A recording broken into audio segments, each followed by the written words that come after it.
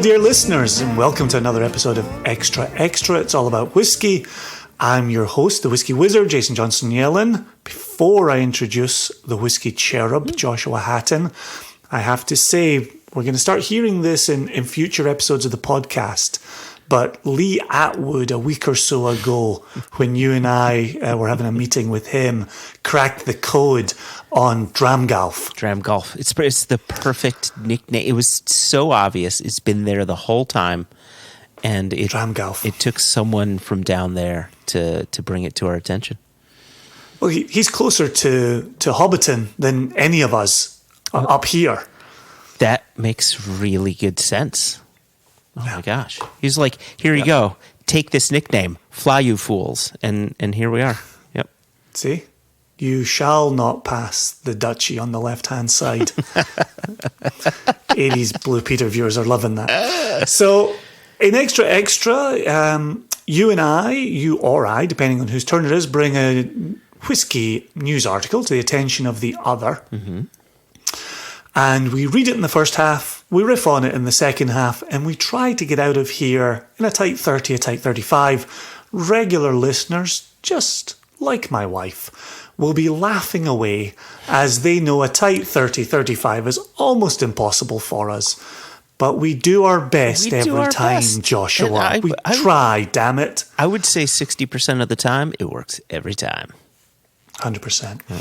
So today's article, I am responsible for bringing the article to you. Mm-hmm. I have to apologize if I sound distracted at any point. This article comes from Newsweek online, and it has more things moving in my line of vision than I am really comfortable with. And so I've got an ad for a knife. I've got an ad for, I don't even know what it is. It says log everything. I don't know, a laxative. And, I've got video, moving. There's a lot happening here. Yeah. So if I start to wander away, I do apologize. The article is entitled, Illinois to record $1 billion marijuana sales by year's end, surpassing liquor. And this was authored by Benjamin Fearnow. And I have to say, we had Zach Johnston as an author a few weeks ago, and we riffed on him being my cousin.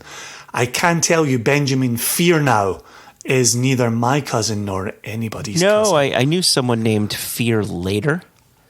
But this guy he seems to be a bit more proactive, right? Which I and there was a famous brand in the 90s called No Fear. And so I wonder if that was a riff. But here we go. Yeah. So the article is oh my goodness, the commercial, the ads for the knives and all that are not going away. They're scrolling with me. I'm going to buy knives. Newsweek, Newsweek, if you're listening. I just got a warning from my laptop. This webpage is using significant energy. Closing it may improve the responsiveness of your Mac. So thanks for that, Newsweek. You've got a button about becoming a subscriber. That will not be happening. Good luck and Godspeed. Illinois is set to record more than $1 billion in sales of adult-use marijuana products this year, with first quarter cannabis tax revenue already surpassing that of alcohol.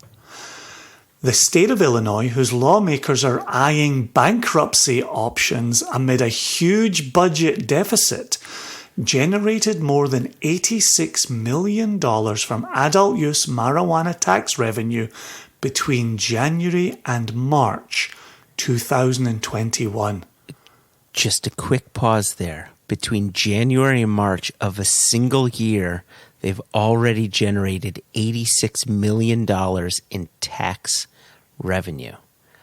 That's a good few months. That's a good few months. Wow. Pretty tidy. Yeah. For an entire state. Yep. Illinois received $72 million in revenue from liquor sales. And think about traditionally how many more people are using legal liquor over using legal marijuana, right? I don't know marijuana consumption numbers, but I would posit that there are more legal liquor users than legal cannabis users. Maybe the article will enlighten us. The state has repeatedly broken its own monthly weed sales records. I love the fact this opened up with adult use marijuana products.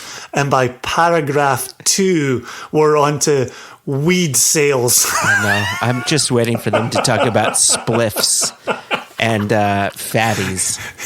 Doobies. Do you think Mr. Fear Now is going to throw some fatties and doobies at us? Do you know how much grass they sell in Illinois? It's a lot of grass. Anyway, please continue. We'll riff later. You continue. Dime bags. Do you know how many dime bags that is? Derek knows. Anyway. With both in and out of state adult sales hitting $28 million in March alone. Mm-hmm. During the last quarter, the State Department of Revenue took in more tax dollars from marijuana receipts than alcohol for the first time ever. Adults spent nearly $110 million on recreational cannabis products during just the month of March. Amazing. Single doobie nation? Single doobie nation. SDN.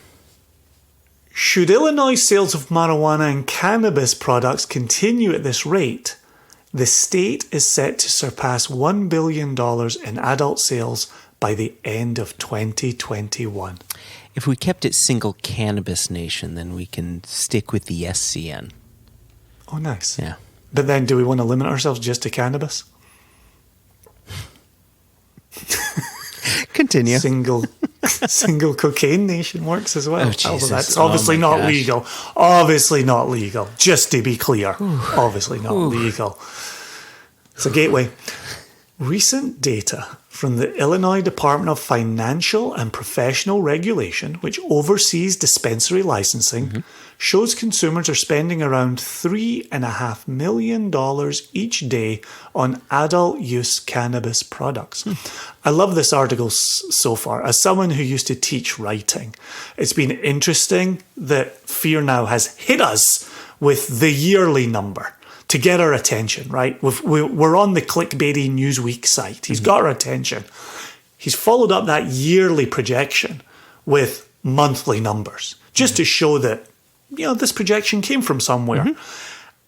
And because he's having so much success, he's now telling us each day, right? He's successfully divided his monthly numbers by 30 to give us an each day. Now I'm waiting on the next paragraph being every hour, because he's successfully divided each day by 24 hours.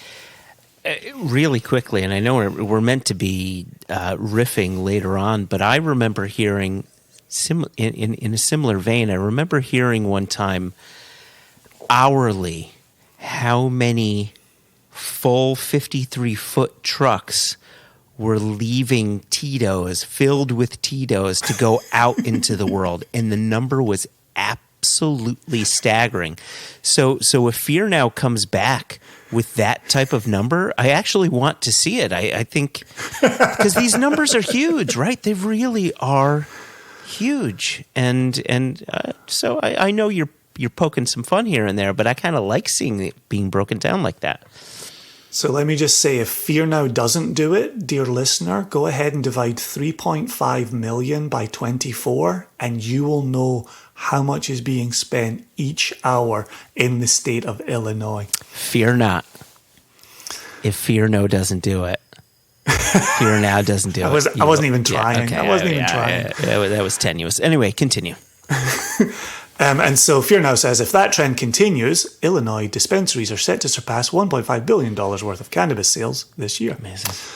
Okay, I know you're enjoying the breakdown. I'm ready for some new information, maybe some quotes. So let's see if Fear Now delivers.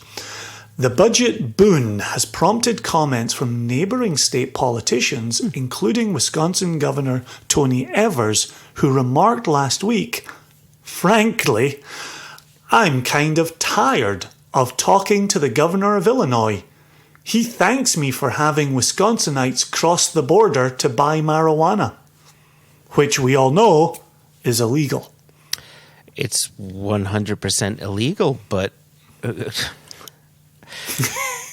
I get it, right? I live in Connecticut, and I'm surrounded by states that sell legal cannabis. The number of Connecticutians that go to Massachusetts to buy, I'm told, is pretty big. And now New York is going to be doing legal marijuana, right? And Connecticut, Wisconsin, all these neighboring states are losing out on tax revenue. We're looking at these numbers. Continue. Yeah, sorry. We'll circle back in the second half. There's no doubt about that. Yeah. Last year, Illinois sold $670 million worth of marijuana-related products within state lines, pulling in about $205 million in total tax revenue. Mm-hmm. This comes as both the city of Chicago and the state eyes bankruptcy options and faces at least $140 million in unfunded pension liability. Read that line again. Read that line again. This comes as both the city of Chicago and the state eyes bankruptcy options and faces at least $140 billion with a B dollars in unfunded pension liability. Mm-hmm. The list continues, but I'll pause there. What was your point? My point was that you said 140 million, not 140 billion. Oh, did I say million there? Yes, you did. Oh, gosh. Well, pull out the sharks with lasers because it is billion. So there are 140 billion in unfunded pension liability, 50 billion with a B in unexpected retiree healthcare costs, and about 3 billion with a B in federal pandemic loans and several billions more in unpaid costs. Mm-hmm. They're hurting. And while we're talking about, they're bringing in some good tax revenue from marijuana. Uh-huh. What a drop in the ocean that is. Indeed. Maybe I should say a drop in the lake for our friends in the city of Chicago. Yeah. The government finance watchdog group Truth in Accounting gave the city of Chicago's government an F for its financial health rating in a February report card. But the state has repeatedly sought to exhibit that the marijuana revenue is being put to good use, including the Restore, Reinvest and Renew program, which allocates 25% of these tax dollars to communities most harmed by the ongoing war on drugs. The program allows for legal aid, youth development programs, and business incentives for disadvantaged neighborhoods. Illinois Department of Revenue records for the fiscal year 2021 show adult use cannabis brought $13.9 million into the state comptrollers. That's one of my favourite words because it's clearly the word controller, but with an M and a P in it. I just love that so much. Yeah, such a good word. And I hate that word so much because it's clearly controller, and they decided to put a little they just gave that word a monocle. Right, and now all of a sudden it's fancy. No, it's control. Oh, that is such a good observation.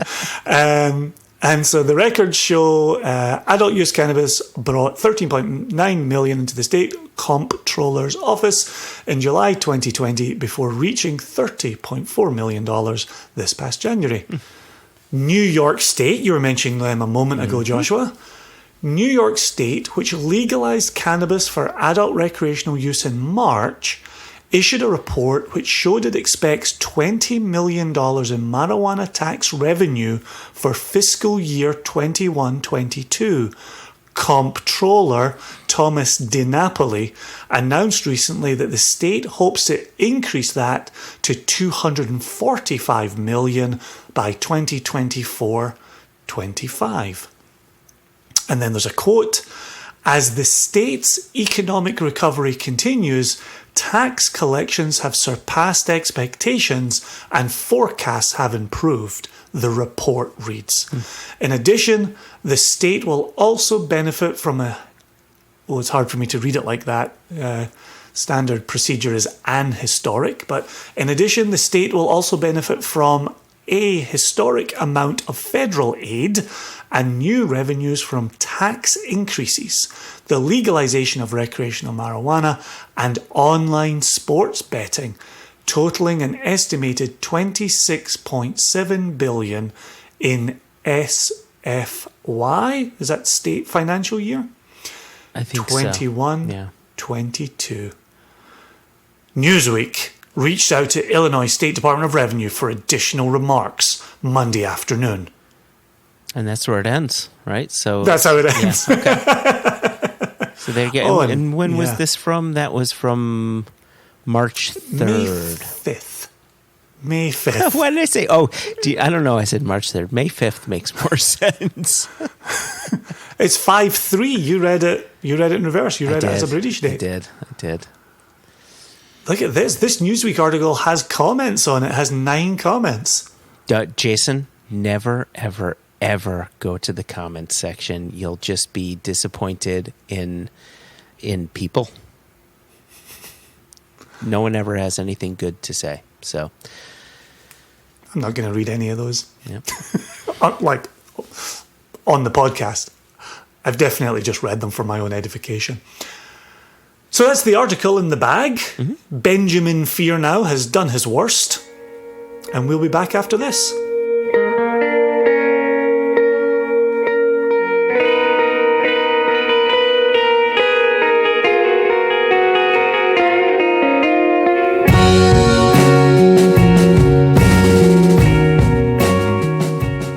I like an article like this because it shows that liquor isn't king, right? There are other interests, there are other directions in which consumers can spend their dollars, spend their budgets. One of the interesting things for me, and why I wanted to bring this to you, is I've got nothing against cannabis at all. I've got absolutely nothing against the legalization of it. I just grew up with cannabis being something illegal. And I've got such a mind block on, and again, as always, we're talking about pre-COVID times, but thinking about meeting up with friends to go to a bar to get a round of drinks in, right? Or to go out for a night and drink a skinful, as we say in the southwest of Scotland, and take the zigzag path home. And in looking at these numbers and just the sheer sales and obviously the tax revenue coming from it, but I cannot get my head around going out, meeting my friends for a round of joints, right? And then smoking in a cafe, right, with friends and getting high and stoned. It's just a weird thing, and so seeing the sheer volume of sales, this is almost like this is all liquor. Yeah. But for cannabis, it's not really like you're going and you're sitting in and you're doing something. Although I guess these liquor numbers that they're comparing come from the same part of the year. Yeah. And so it's essentially takeout liquor numbers being compared to takeout cannabis numbers. Correct. Right. Yeah. It's not. It's all home use. It's all home use during COVID. Right? There's no bars. There's no restaurants. Yes. But even aside from the sales numbers here and the tax implications here and even the implications to liquor, do you have an easier time getting your head around the thought of going out with buddies to get high together as opposed to get a little bit buzzed on alcohol together? No. At least here in the U.S., when people are purchasing marijuana, it's always for home use. Right? It's not as if we're in Amsterdam where you can go out to a coffee shop and go out and get a I think they call them blunts nowadays, maybe a fatty, right? If you're going to go to the cafe and get some grass and smoke it with your friends, but that is part of that culture, I guess. And you and I have been to Amsterdam together. You see that people go out. They get some coffee, they get a joint, they're having a conversation. I would equate that to going out with your friends and just getting a scotch on the rocks or just ordering a couple pints, and you're still getting together and you're still having that conversation. But the American approach to it is very different. You're not going out to have, let's go out to this coffee shop and get high together. That's not what you're doing. You may have some friends over and you're smoking together and having conversations, but you're not taking it outside. So that raises an interesting point to my mind, which is we are only in the absolute infancy of cannabis sales then. We're not talking about a social structure around it. We're not talking about on-premise sales. We're not talking about, I mean, you and I kind of joked about it during the reading of the article here, but we're not talking about the edges of, call it connoisseurship, right? Where I think not even just liquor or whiskey and single casks, but coffee and single farm grown coffee, right? Let me pause you there, though. As someone who has frequented a dispensary, when they are on offer, it's really simple. Was it for your glaucoma? It was for my glaucoma. It was for a girlfriend in a coma. I know, it's really serious. But, if you just go to any marijuana website and look at the different breeds that they have on sale, right? They're going to show you, if you want a relaxing style, get this sativa. If you want something that's going to make you giggle and make you more energetic, try this indica. If you want something that kind of is a dual feeling, go for this hybrid. And then it goes even further in. It says, right, try this, I'm just going to make up a name, computer screen. And, it may say it'll have notes of lemon and apricot, right? And they want to talk about the flavors that you're getting from it. Right. Wow. The tasting notes. But I think in the end, I don't necessarily know if people are like going in there to understand the nose, palate, and finish of marijuana. They want to know, I want to feel such and such a way. While I'm getting from point A to point B, am I going to have something that tastes fruity? Am I going to have something that tastes like a skunk? Right? Am I okay with it tasting like a skunk because it's going to get me to this place that will help me just get rid of my anxiety, right? So I don't know that people are approaching it from, I want to smoke this because it's going to taste like lemons and apricots, Sure. But you are seeing the parallels, though, between, and we covered this in an earlier extra during the pandemic, where it's the well-known brands that were moving off of shelves, products that would get you from A to B, and you might not be there swirling your Jack Daniels in a glass, saying, oh, I'm getting hints of caramel and vanilla. Instead, you're saying, couple of rocks, bit of Coke, down the hatch it goes. So there are some parallels there between what's moving out the doors for both liquor and marijuana. 100%. Oh, I see parallels for sure, because you're granted you're not going out to a bar or restaurant, but you're getting together with friends. You're lighting something up and you're having a conversation, right? There's no difference there. It's just, are you drinking or are you smoking? But I think, however, marijuana is unfortunate in that you can't really have that experience where you're tasting stuff and you're trying things out. Like modern marijuana, if you check out these dispensaries, they do have some lower THC if you want to play around, like THC content within the cannabis itself if you want to play around. But I don't think people are necessarily going to do that, right? Makes me think of lower alcohol beers. Who's drinking lower alcohol beers and why? Well, that's a good point. Actually, you know what, Jason? That's a really good point, because a lot of these lower THC offerings that they have will have a higher CBD offering. And I think that's a really important thing to point out, because while the states that have recreational marijuana, most of them started off with medicinal marijuana, there were a lot of people who I think should have access to medicinal marijuana but can't because of this regulation or that regulation.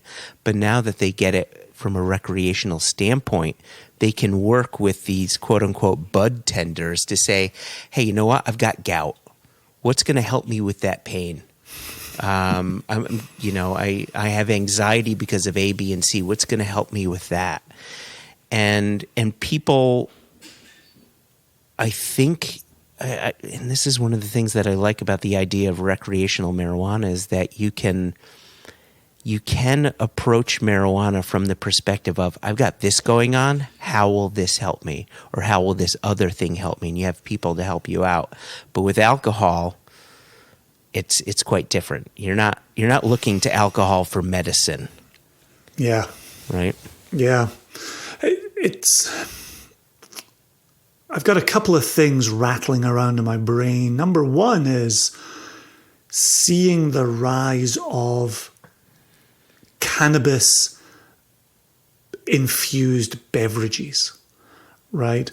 Where are you talking CBD infused, THC infused? THC infused beverages.